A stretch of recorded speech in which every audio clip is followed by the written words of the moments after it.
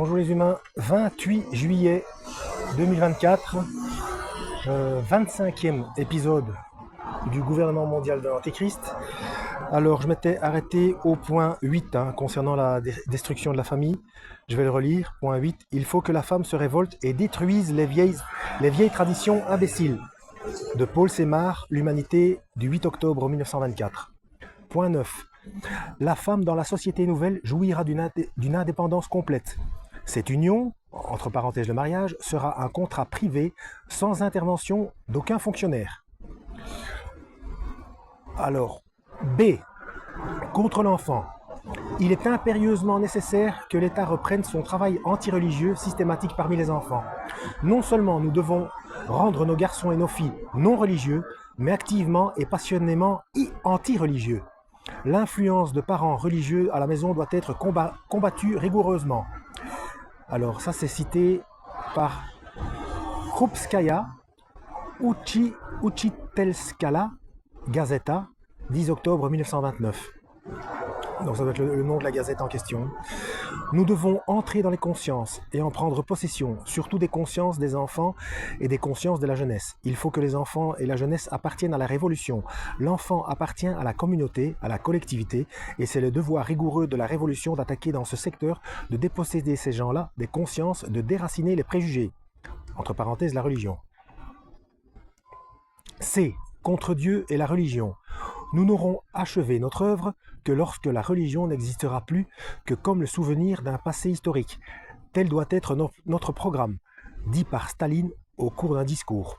Karl Marx écrivit en 1844 « La religion est le soupir de la créature opprimée, le sentiment d'un inonde sans cœur, d'un inonde, il n'a pas voulu dire immonde, bref, l'opium du peuple ».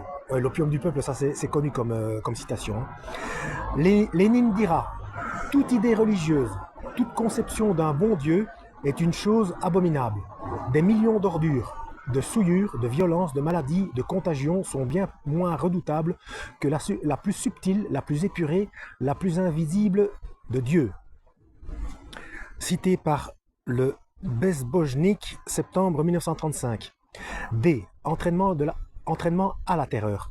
La destruction de la famille, de la femme, de l'homme, de l'enfant, de Dieu et de la religion ne pouvait avoir d'autre aboutissement que celui de l'ouverture intérieure à toutes les atrocités. Que nos cœurs soient cruels, durs, fermés à la reconnaissance, de sorte qu'ils ne frémissent même pas à la vue d'une mer de sang. Ça c'est cité dans Krasnaya Gazeta, ancien journal officiel du Soviet des ouvriers, le 31 août 1918. E. En conséquence de cette supposée libération, émancipation de l'homme. Sur 1 900 000 personnes sauvagement tuées de 1918 à 1923, on compte 1 400 000 prolétaires, c'est-à-dire ouvriers, paysans et soldats.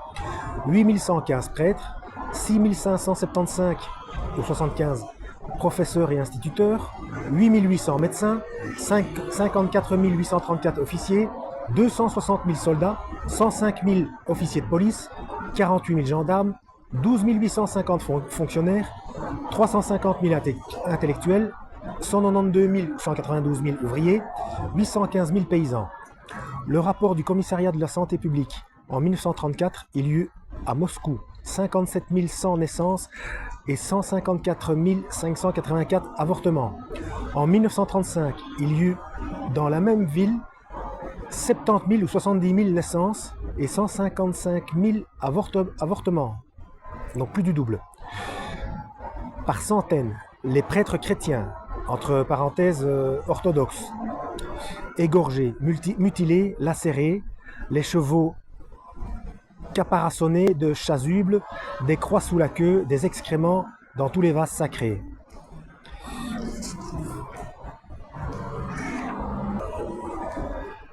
L'Église catholique comptait 12 millions de fidèles, 8 évêques et 810 prêtres. On ignore le nombre des fidèles survivants, mais on sait qu'en 1935, il restait 60 prêtres.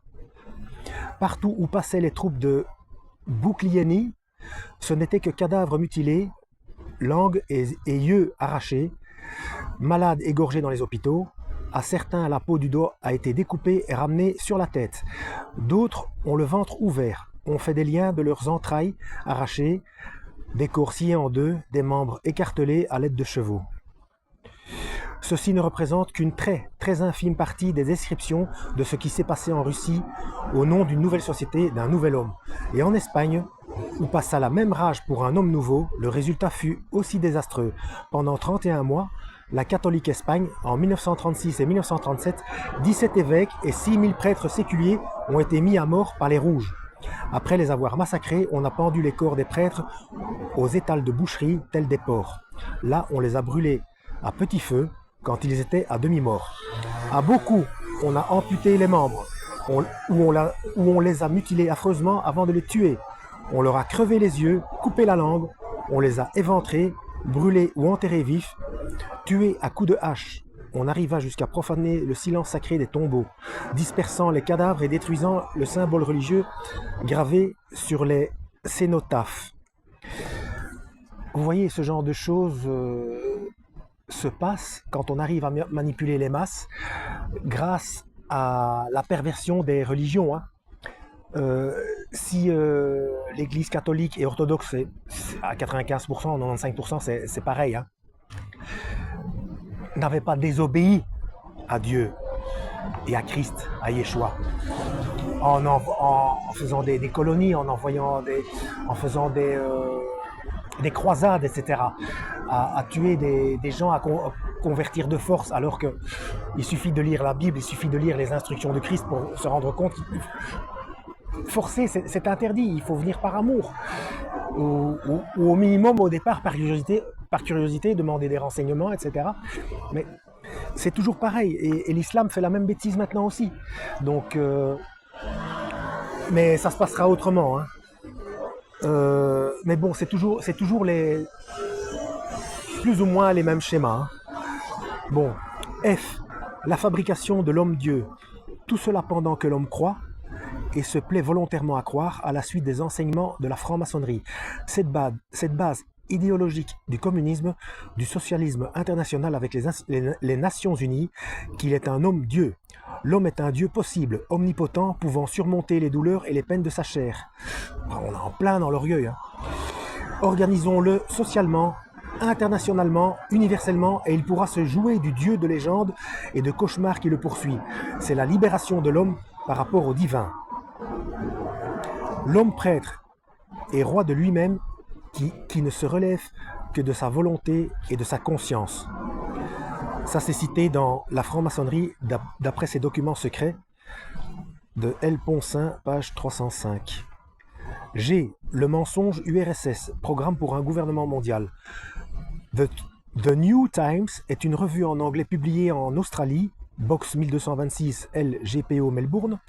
De son édition d'avril 1974 ou 74 fut tiré l'article suivant dans lequel il est montré de quelle manière nous sommes conduits, subjugués à notre insu par la finance internationale, les Illuminati et leurs complices communistes. Oui, il insiste. Bon, je le dis et je le répète pour ceux qui regardent ma chaîne pour la première fois. Ce livre est écrit par Serge Monas, donc il est influencé du catholicisme. Culturellement, le Québec est catholique. Et donc, on dirait maintenant, dans d'autres cultures, on dirait donc les Illuminati et leurs complices, les Juifs, ou les Illuminati et leurs complices pour les bouddhistes extrêmes. Je suis sûr qu'il y a le même discours là-bas, pour ceux qui en ont marre des exactions des bouddhistes extrémistes qui ont commencé à prendre ça aussi, soi-disant la paix, etc. Mais ils font des exactions aussi. Bref. Cet article écrit par Eric D. Butler fut reproduit en français dans la revue Le Service d'intelligence du Canada, canadien, du mois de mars-avril 1974 ou 74, sous le titre « Le programme diabolique pour réduire le monde en esclavage par un gouvernement mondial ». Sa reproduction est d'autant importante qu'elle confirme tout ce qui fut écrit à date sur le sujet. Ok, ça fait presque 10 minutes. Oui, ce que je voudrais rajouter une petite chose, c'est que peu importe l'endroit où on est, c'est Illuminati et puis le complice de ce qui arrange à l'endroit où ils œuvrent, hein. Que ce soit des musulmans, des juifs, des communistes, des, euh, des gens de droite, des nazis, tout ce qu'on veut, hein, des chrétiens, voilà. Bon, bref. C'est selon ce que ça les arrange, ça les arrange, hein, c'est l'opposition contre les. Voilà. À la prochaine et que Dieu vous guide.